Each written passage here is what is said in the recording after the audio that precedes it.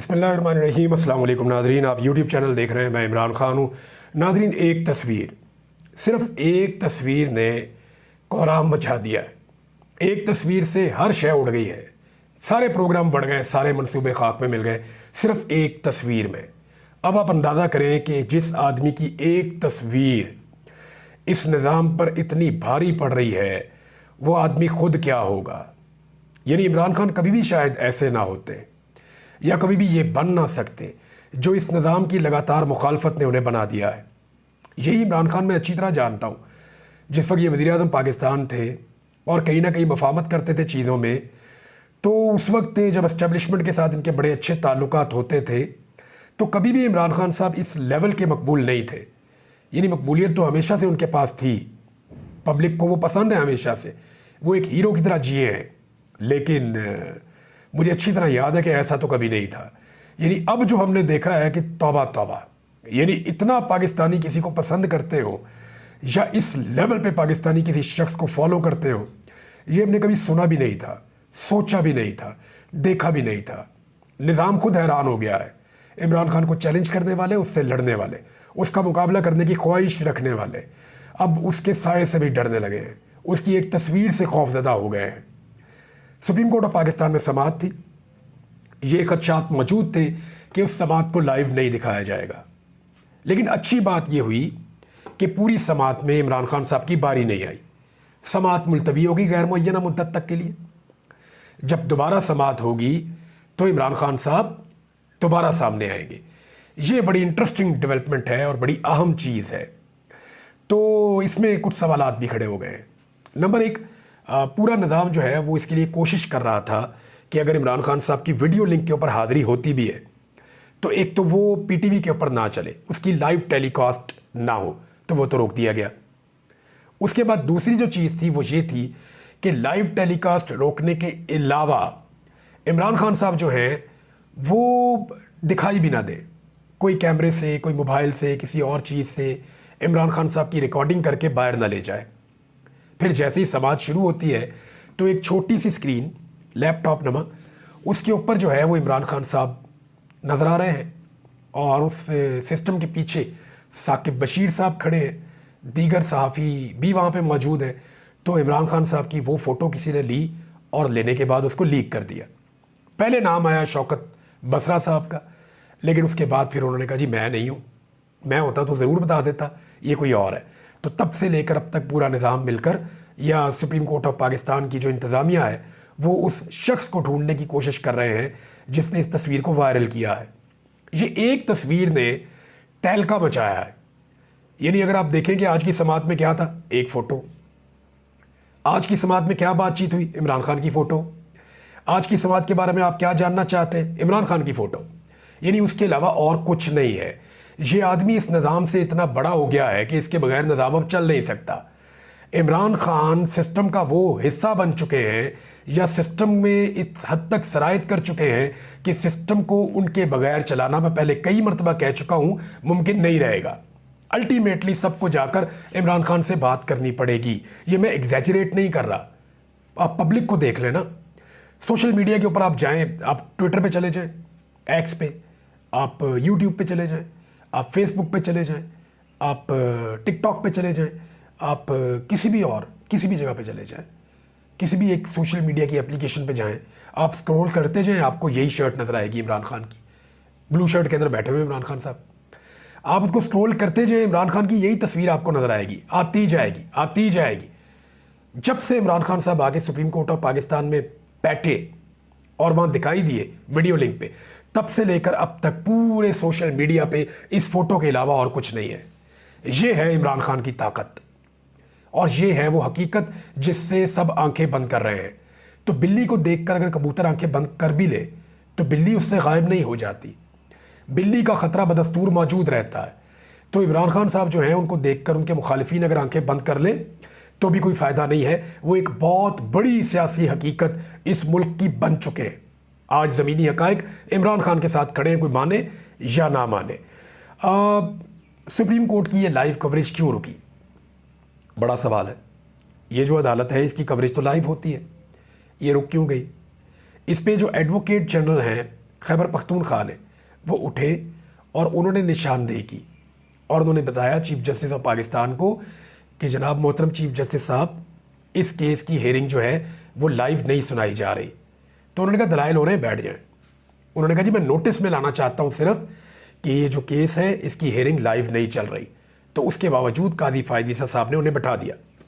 अब अच्छा ये हुआ कि इस समात में इमरान खान साहब को बोलने का मौका नहीं मिला। अब पाकिस्तान तहरीक इंसाफ या दीगर वकला या सुप्रीम कोर्ट ऑफ पाकिस्तान के पास कम से कम ये तो एक बहाना नहीं होगा सबके पास कि जनाब उस दिन की हेयरिंग थी, इमरान खान साहब बोल के चले गए, तो बाद में हमने नोटिस ले लिया कि जनाब इमरान खान साहब को आपने लाइव क्यों नहीं दिखाया या सुप्रीम कोर्ट की प्रोसीडिंग को लाइव क्यों नहीं दिखाया। तो आज की प्रोसीडिंग लाइव नहीं दिखाई गई, इसके ऊपर बाकायदा एक्शन लिया जा सकता है।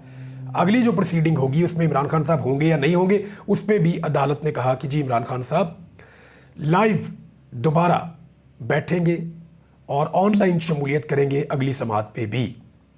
कुछ चीज़ें ऐसी हुई जो इमरान खान साहब से मुतल्लिक लोगों ने नोट की। एक तो ये कि लाइट के हवाले से लाइटें बहुत तेज़ कर दी थी, शायद इमरान खान साहब की आंखों में लग रही थी। तो उन्होंने पुलिस वालों को कहा कि लाइट को ठीक करो, इसको हटाओ।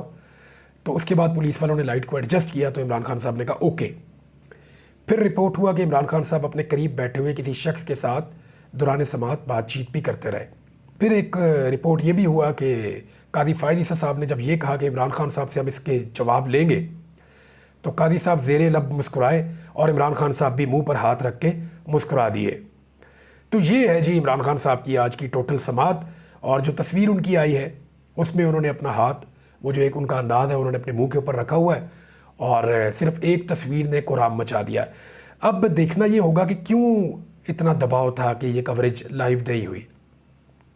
कादी साहब तो फरमाते हैं कि उनके दौर में दबाव नहीं होता, लेकिन ये दबाव की एक मिसाल रोज़ाना जब से उन्होंने ये स्टेटमेंट दिया ना कादी साहब ने कि मैं जब से चीफ जस्टिस हूँ तब से कोई दबाव नहीं आया, उस दिन से लेकर अब तक रोज़ाना कुछ ना कुछ ऐसा होता है जिस पे दोबारा बताना पड़ता है कि ये एक और दबाव आ गया, ये एक और दबाव आ गया, ये एक और दबाव आ गया। तो कादी फ़ायद ईसा साहब ने जब से ये स्टेटमेंट बोला तब से दबाव शायद या तो बढ़ा दिया गया है या लोग दबाव को महसूस ज़्यादा कर रहे हैं और उसको रिपोर्ट ज़्यादा कर रहे हैं। ये समात गैर मुअय्यना मुद्दत के लिए मुलतवी है, पता चल जाएगा कब दोबारा समात होगी और इमरान खान साहब दोबारा कब आएंगे सुप्रीम कोर्ट ऑफ पाकिस्तान में वीडियो लिंक के ज़रिए से। और जब कादी फ़ायद ईसा साहब ने उनकी अवेलेबिलिटी का जानना चाहा उनके वकला से, तो अतर मनल्ला साहब ने कहा वो तो अडियाला जेल में ही है, वो कहीं नहीं जा रहे। तो इस पर पूरी अदालत जो है वो कहकों से गूंज उठी और इमरान खान साहब को पता है कि वो भी इधर बंद रहेंगे केसेस में।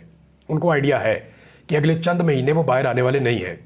उन्होंने अपनी बहन को ये बात बताई भी है कि ये इन केसेस के अंदर इनको खींच कर ले जाएंगे मेरे केसेस को जून तक, और जून में जो है वो मामला चला जाएगा, फिर मेरे खिलाफ फैसला दे देंगे जून में, और जब हम हाई कोर्ट में अपील करने जाएंगे तो फिर जून में अदालतों की छुट्टियां हो जाएंगी, जजेस चले जाएंगे।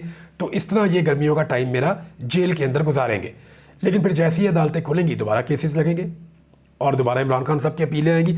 तो उस बुनियाद पर इमरान खान साहब को लगता है कि सितंबर अक्टूबर तक वो अभी अंदर रहेंगे, और सितंबर अक्टूबर तक वैसे भी बहुत सारी चीज़ें बदलने वाली है। इमरान खान साहब की जो एक तस्वीर लीक हुई उस पर एक इंक्वायरी भी चल रही है, और जो बड़ी स्क्रीन होती है अदालत के अंदर उस पर से इमरान खान साहब को हटाकर, क्योंकि सारों का फोकस आज इमरान खान पे ही था, सब लोग इमरान खान की तरफ इशारे कर रहे थे, उधर ही देख रहे थे, ना कोई सुन रहा था ना कोई देख रहा था सुप्रीम कोर्ट ऑफ पाकिस्तान की कार्रवाई को। सब इमरान खान को देख रहे थे और इमरान खान को देखना चाह रहे थे, बल्कि चेमगोइयाँ और सगोशियाँ भी हो रही थी। तो जो बड़ी स्क्रीन है उसको हटाकर छोटी स्क्रीन पे इमरान खान साहब को मुंतकिल किया गया। तो इमरान खान साहब को छोटी स्क्रीन पे रखें या बड़ी स्क्रीन पे रखें, उसका कद सबसे बड़ा है पाकिस्तान की सियासत में, ये सबको मानना पड़ेगा। नाज़रीन, इमरान खान के नज़र आने के बाद पाकिस्तान के मुख्तलिफ इलाकों में लोग निकले और उन्होंने जश्न मनाना शुरू कर दिया कि हमारा लीडर ठीक ठाक है। यानी इमरान खान को सेहत और तंदुरुस्त देखने के बाद और उनको खैर आफियत के साथ देखने के बाद लोग निकले, ख़ास तौर पे खैबर पख्तूनख्वा में। उन्होंने जनाब मिठाइयाँ खाना शुरू कर दी, मिठाइयाँ बांटना शुरू कर दी और जश्न मनाना शुरू कर दिया। तो इस तरह के मनाजिर भी सामने आ रहे हैं। तो ये एक आदमी की तस्वीर है जो इस मुल्क में इस लेवल पे चीज़ों को ले जाती है। अगर वो खुद आदमी अब बाहर आ जाता है, देखें इमरान खान के पास सारा कुछ था, वो बोलता भी बहुत कमाल था, वो वज़ीर आज़म पाकिस्तान भी रहा था, वो आम आदमी की नफ्स पे भी हाथ रखता था, वो दलेर भी था, वो पॉइंट ऑफ व्यू भी पब्लिक ओपिनियन के मुताबिक लेता था। हर चीज़ सियासी नुक्ता नज़र से उसके पास मौजूद थी। एक करैक्टर भी था, दलेर भी था, लेकिन जिस एक चीज़ की कमी थी वो जेल काटना था।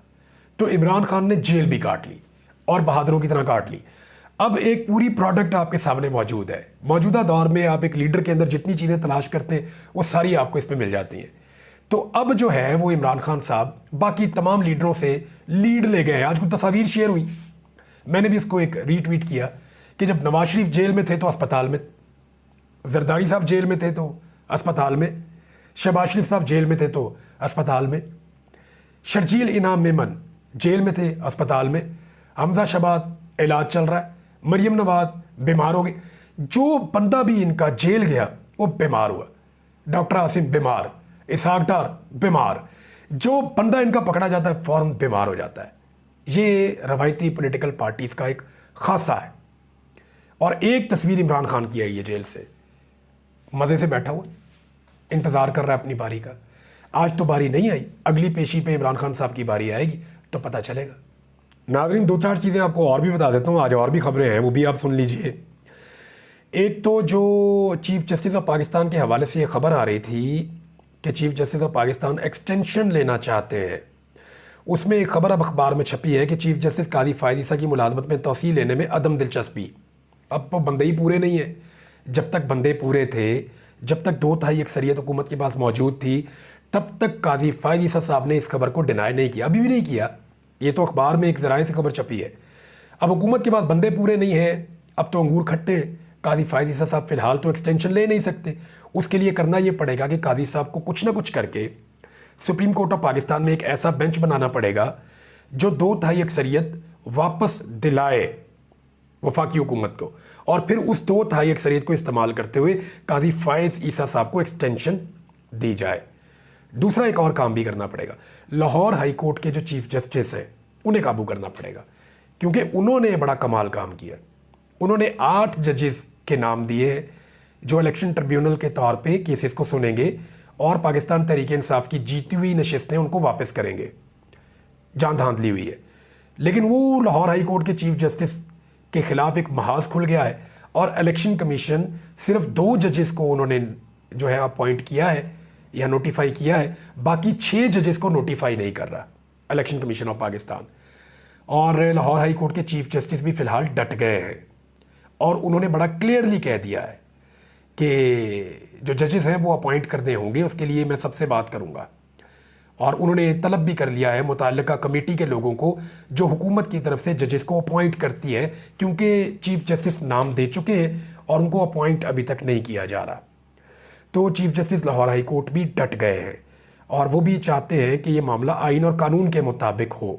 इसमें एक जो स्टेटमेंट है वो बहुत इम्पॉर्टेंट है, जो स्टेटमेंट फैसल वाडा के मुंह से दिलवाया गया था या उन्होंने जो स्टेटमेंट दिया था पगड़ियों को फुटबॉल बनाने वाला, तो उस पर जस्टिस अतर मिनुल्लाह साहब का एक ऑब्जर्वेशन सामने आई। उन्होंने जो जुमले कहे वो मैं आपको बता देता हूँ। उन्होंने कहा कि पगड़ियाँ फुटबॉल बना दी गई हैं, ये वाजे कर दूं कि कोई भी जज ना डरेगा ना सहमेगा। आपने जजेस को प्रॉक्सी के ज़रिए धमकाना शुरू कर दिया है। जस्टिस अतर मिनुल्लाह का अटॉर्नी जनरल से इस्तफार, यानी अटॉर्नी जनरल को उन्होंने कहा कि आपने प्रॉक्सीज़ के ज़रिए से, प्रॉक्सी आप समझते हैं कि वो क्या होती है, कि डायरेक्टली आपने कोई काम नहीं करना तो फिर आपने एक प्रॉक्सी खड़ी कर देनी है, उसके ज़रिए से आपने ये काम करना है। हम कॉलेज में और स्कूल में हमें याद है अच्छी तरह मेरी प्रॉक्सी बोल देना। प्रॉक्सी मीन्स ये है कि वो खुद तो गैर हाजिर है, वहाँ मौजूद नहीं है, उसकी जगह पे कोई बच्चा यस सर और उसकी अटेंडेंस लग जाती थी, तो ये प्रॉक्सी बोलना इसको कहते हैं। वहाँ से ये लफ्ज़ मुझे पहली दफ़ा समझ आया था। तो जज साहब कहते हैं कि आपने जजेस को प्रॉक्सी के ज़रिए डराना शुरू कर दिया है, धमकाना शुरू कर दिया है। पगड़ियाँ फुटबॉल बना दी गई हैं, ये वाजे कर दूँ कि कोई भी जज ना डरेगा ना सहमेगा। तो ये भी एक बड़ा क्लियर मैसेज है। शेख रशीद अहमद साहब बड़े अरसे बाद बोले, उन्होंने कहा जी हुकूमत का इंजन धुआं दे रहा है, 30 जून से सियासत में बड़ी तब्दीली आएगी। लेकिन नाज़रीन, इस वक्त जो सबसे ज़्यादा उम्मीद थी वो इस बात की थी मौजूदा हुकूमत के मोहम्मद बिन सलमान आएंगे और वो पाकिस्तान के इंतजामात संभालेंगे। और पाकिस्तान के वज़ीर-ए-आज़म पहले ही कह चुके हैं कि उनकी क़यादत में मईशत ठीक होगी। हालांकि पहले ये कहते थे कि नवाज शरीफ की क़यादत में होगी, लेकिन अब नवाज शरीफ ऐसा लगता है कि वो चला हुआ कारतूस है, तो उनको उन्होंने फ़ारिग कर दिया है। और अब वो कह रहे हैं मोहम्मद बिन सलमान साहब की क़यादत में जो माशी इनकलाब है वो लाया जाएगा। अब मोहम्मद बिन सलमान का दौरा हो गया है कैंसिल। उसके बाद जो है वो एक नाउमीदी है मौजूदा हुकूमत में, और उनकी जो एक बड़ी उम्मीद थी उसके ऊपर पानी फिरता हुआ फ़िलहाल दिखाई दे रहा है। देखें, मुल्क को जब भी संभालना है पाकिस्तानियों ने संभालना है, जब भी संभालना है हमने संभालना है। हमारा मुल्क है, हमें इसकी मईशत खड़ी करनी पड़ेगी। कोई बाहर से आके कर नहीं पाएगा। कितना करेगा वो, कितना ईंधन डालेगा हमारी गाड़ी के इंजन में। एक वक्त आएगा कि हमें खुद अपनी गाड़ी चलानी पड़ेगी। तो पाकिस्तान को, पाकिस्तानियों को, पाकिस्तान की लीडरशिप को इस बात का शऊर होना चाहिए कि मुल्क ऐसे मांगे तांगे के पैसों से आगे नहीं बढ़ते। ये ज़रूर है कि आपको थोड़ी देर के लिए रिलीफ मिल जाता है, लेकिन मुल्कों को आगे बढ़ाने के लिए खुद कुर्बानी देनी पड़ती है, खुद हौसला करना पड़ता है, हिम्मत दिखानी पड़ती है। और उसका इस हुकूमत में फुकदान है। उसकी वजह यह है कि ये तो मैंडेट के साथ ही नहीं है। अब तक के लिए इतना ही। अपना ख्याल रखिएगा, अपने इस चैनल का भी। अल्लाह हाफ़िज़।